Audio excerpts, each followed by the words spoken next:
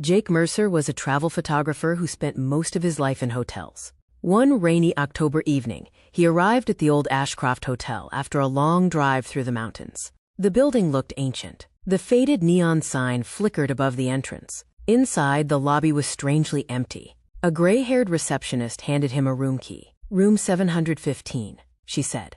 As Jake turned to leave, he noticed something odd. The elevator directory listed 1, 2, 3, 5, 6, 7, 8. No fourth floor. He smiled. Many hotels skipped the number 4 because of superstition. But something about this place felt different.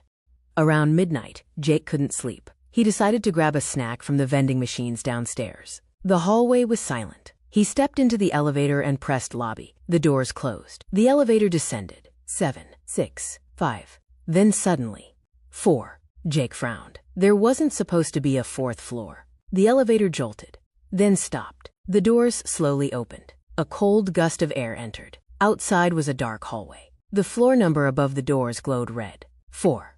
Curiosity got the better of him. Jake stepped out. The hallway stretched endlessly. Dust covered the carpet. Wallpaper peeled from the walls. Every door appeared rotten with age. Then he saw it. Room 407.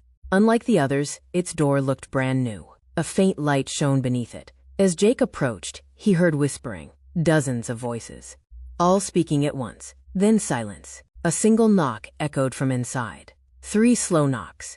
Jake hurried back to the lobby. The receptionist was gone. Instead, he found an old guest book resting on the counter. Curious, he opened it. The pages contained names dating back nearly 50 years. Many entries ended the same way. Stayed in room 407. Never checked out. Last seen on the 4th floor. Jake's stomach tightened. The final page contained today's date. Written in fresh ink was a single name. Jake Mercer.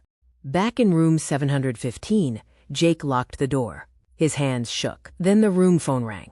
He answered. Static. Then a voice. His own voice. "Don't open the door." Jake froze. The voice continued. "Whatever happens, don't let room 407 see you." The line went dead. A second later, someone knocked on his room door. 3 slow knocks. The same pattern.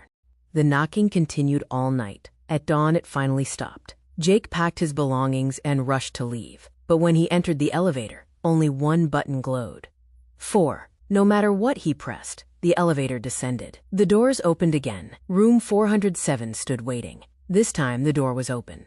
Inside sat dozens of people, silent, motionless, their faces pale, their eyes fixed on Jake. Among them sat an older version of himself. The older Jake slowly stood.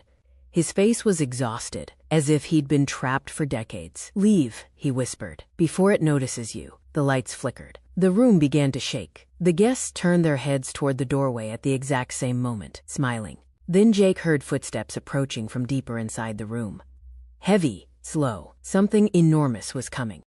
Jake ran. The hallway seemed endless. The footsteps followed. Closer, closer. He threw himself into the elevator. The doors slammed shut. The elevator shot upward, then stopped at the lobby. Jake stumbled outside into the morning sunlight. The hotel stood behind him, silent, empty, abandoned. The building looked as though nobody had entered it for years. Months later, Jake reviewed photographs from that trip. Most looked normal, until he reached one image, a photo of the hotel elevator. Inside the reflection stood dozens of pale faces, watching him, and in the center stood the older Jake, holding a room key. The tag read 407.